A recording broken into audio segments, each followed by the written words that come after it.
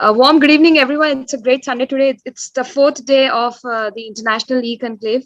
Very interesting day because on the last 4 days we have been, since the last 3 days we have been speaking about a lot of things about pharmacotherapy related to tobacco cessation. So, because now we are moving towards the panel discussion. And let's have those brief but very critical remarks, gems of wisdom, experience, advice from a panel that I think I'm more than privileged to moderate. Dr. Alka Kale is at the Dental College, KLE Dental College, and an oral pathologist I am told. Dr. Alka Kale, please, if you can have your remarks and inputs. Yes, sure. Thank you. Good evening to everyone. Very interesting discussion that we've been having, and was really enlightened and learned a lot from the previous speakers too. It's very rightly said that the dentist has to be involved. The person from my institution who spoke about the oral care was Dr. Basanti, and I think she's emphasized on it. And I would like to say that as the tongue is a mirror of the health, oral cavity is a mirror for tobacco habits. So I think it's very essential that we involve the dentist. And for doing it, why do we think that the dentist should be involved? Because primarily they are educated to examine the oral cavity in the most right way. They are the specialists in identifying the diseases which are affecting the oral cavity. They can recognize the disease, and they can also think of use proper methods for identifying them, because oral cavity is very accessible and we need very simple equipments and techniques in case if we need to do any diagnostics, because samples can be obtained very easily from the oral cavity.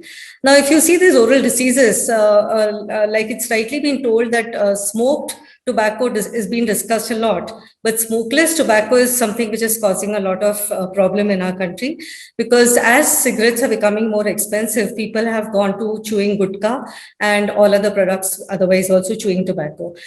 These things can be easily, categorized as simple changes, like a dentist can identify simple changes, which could be as simple as staining of the teeth, staining of the mucous membrane, atresion of the teeth. These are initial signs.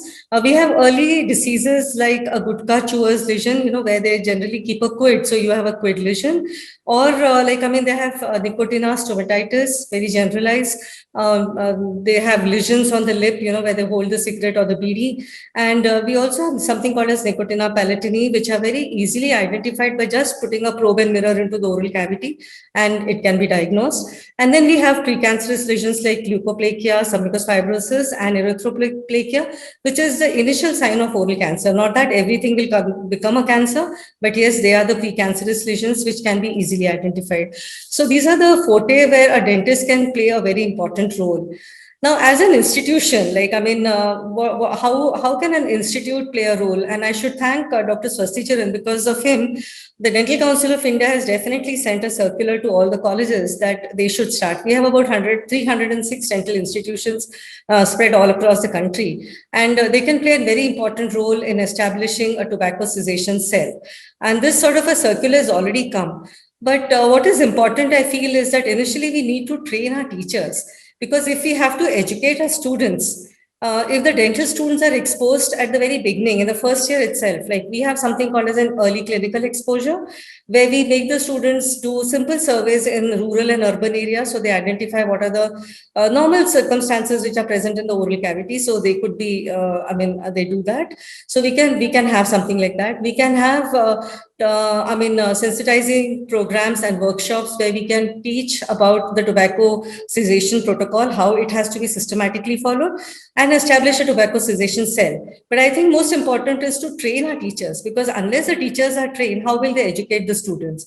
So I think it should become an important concept in our dental curriculum, that we should be emphasizing more on what is the addiction, what is the concept of an tobacco addiction. It was very interesting to just a note from the earlier speakers about how important is that addiction and what are the various phases of addiction. So this should be also taught to the dental students, so that after that, at the end of the course, after they become a dental graduate, they should be able to examine the oral cavity properly, especially for the tobacco-related lesions. They should be able to counsel the patient at least to a certain extent.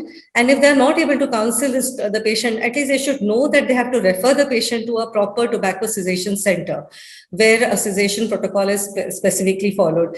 I think this is important because many a time a dentist sees some lesion, he just generally motivates a patient and forgets about it. So I think it's important that we also have this proper training so that they can refer the patients to a proper center. So this would be something, and of course, something which is very interesting is about the use of technology. And it's difficult to take a big notepad and note down each and everything. So if you have something like a mobile health system or use of these apps which are available now, it will be very easy to go door to door and take a complete survey and maintain a very proper basic raw data about use of tobacco and the tobacco associated lesion, which can be easily done by the dental institution. This can be referred to some zonal centers and finally to the central health ministry, where a proper data can be accumulated for our country.